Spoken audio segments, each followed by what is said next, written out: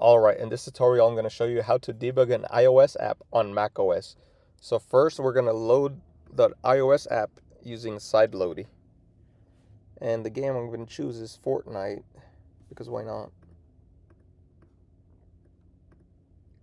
Okay, we're going to sign it. So this is how you load an iOS app on macOS. And for Fortnite you're going to need a certificate. So I'm just going to use this one. And after it's done, seems like it is, we go to the Fortnite app and we paste it in here, replace.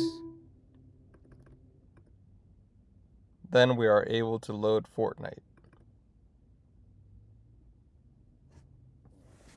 Okay, so since Fortnite is loaded, we can get the executable of Fortnite, which I already did. It's located in the app directory. Just copy this and Fortnite dump, and I have it here. And you just open it with IDA.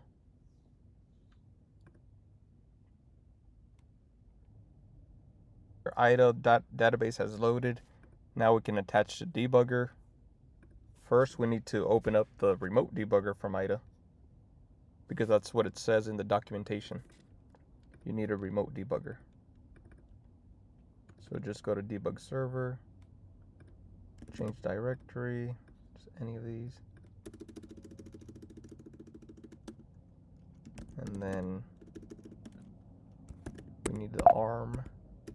No, what is it, Mac? ARM server, which is a 64-bit one. And this is the IP address that we need to put into IDA. Process options. And 192.0.02.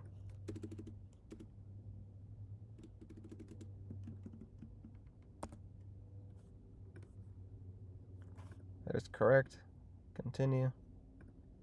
And now we attach to process. Now you'll see it. Continue. Okay.